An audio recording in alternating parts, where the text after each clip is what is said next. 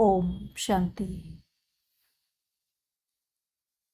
अव्यक्त मुरलियों के रिवीजन में आज हम अव्यक्त बाप दादा की 25 जनवरी 1969 की मुरली सुनेंगे।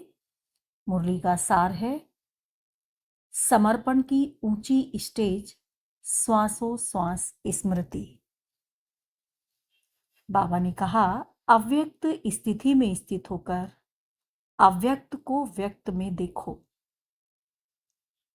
आज एक प्रश्न पूछ रहे हैं, सर्व समर्पण बने हो? तो बच्चों ने कहा, सर्व समर्पण है ही।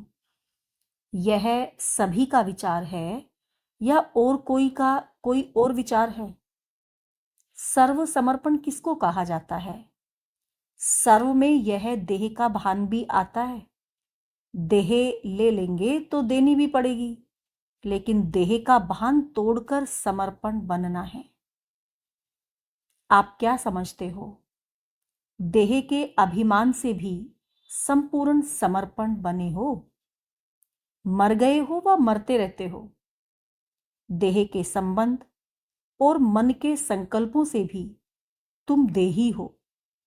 यह देह का अभिमान बिल्कुल ही टूट जाए, तब कहा जाए सर्व समर्पण में जीवन। जो सर्व त्यागी, सर्व समर्पण जीवन वाला होगा, उनकी ही संपूर्ण अवस्था गाई जाएगी। और जब संपूर्ण बन जाएंगे तो साथ जाएंगे।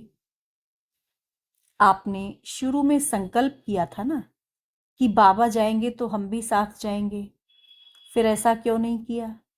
यह भी एक स्नेह है, और संग तोड़ एक संग जोड़ने की यह चैन है, जो अंत समय की निशानी है।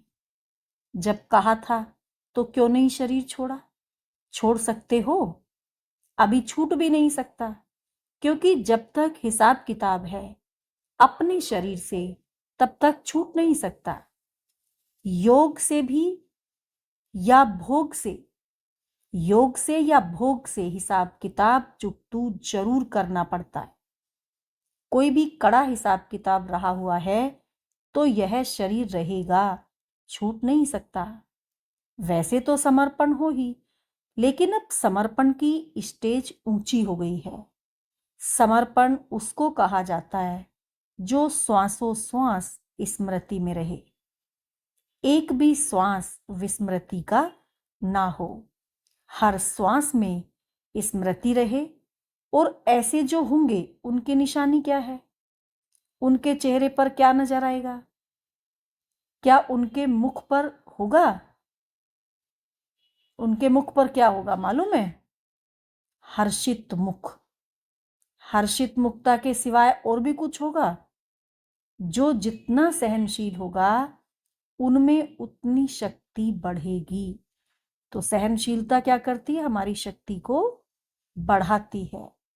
जो श्वासों श्वास स्मृति में रहेगा, बाबा ने कहा, जो श्वासों श्वास स्मृति में रहता होगा, उसमें सहनशीलता का गुण जरूर होगा। और सहनशील होने के कारण एक तो हर्षित और शक्ति दिखाई देगी। उनके चेहरे पर निर्बलता नहीं। यह जो कभी कभी मुख से निकलता है, कैसे करें, क्या होगा, यह जो शब्द निर्बलता के हैं, वह नहीं निकलने चाहिए।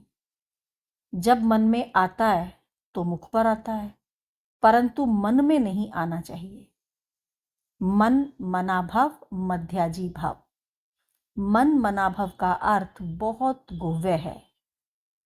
मन बिल्कुल जैसे ड्रामा का सेकंड बाय सेकंड जिस रीति से जैसा चलता है, उसी के साथ साथ मन की स्थिति ऐसी ही ड्रामा की पटरी पर सीधी चलती रहे, जरा भी हिले नहीं।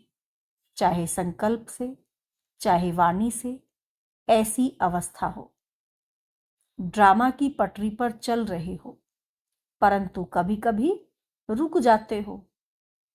मुख कभी हिल जाता है, मन की स्थिति हिलती है, फिर आप पकड़ते हो।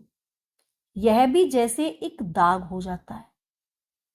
अच्छा, फिर भी एक बात अब तक भी कुछ वाणी तक आई है, प्रैक्टिकल में नहीं आई है। कौन सी बात वाणी तक आई है, प्रैक्टिकल नहीं? यही ड्रामा की ढाल जो सुनाई, लेकिन और बात भी बता रहे थे। वह यह है, जैसे अब समय नजदीक है, वैसे समय के अनुसार जो अंतर्मुखता की अवस्था, वाणी से परे अंतर्मुख होकर कर्मणा में अव्यक्त स्थिति में रहकर धारण करने की अवस्था दिखाई देनी चाहिए, वह कुछ अभी भी कम है। कारोबार भी चले और यह स्थिति भी रहे, यह दोनों ही इकट्ठा एक समान रहे, अभी इसमें कमी है। अब साकार तो अव्यक्त स्थिति स्वरूप में स्थित है, लेकिन आप बच्चे भी अव्यक्त स्थिति में स्थित होंगे तो अव्यक्त मुलाकात का अलौकिक अनुभव कर सकते हो। एक मुख्य बात और भी है, वर्तमान समय ध्यान पर देते हैं जो तुम्हारे में होनी चाहिए।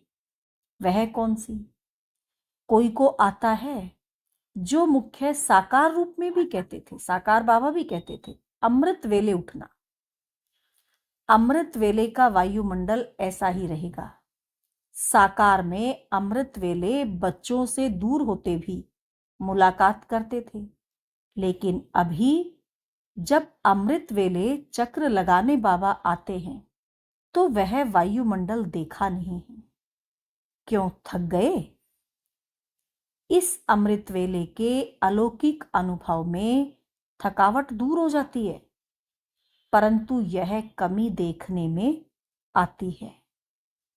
यह बाप दादा की शुभ इच्छा है कि जल्दी से जल्दी इस अव्यक्त स्थिति का हर एक बच्चा अनुभव करे।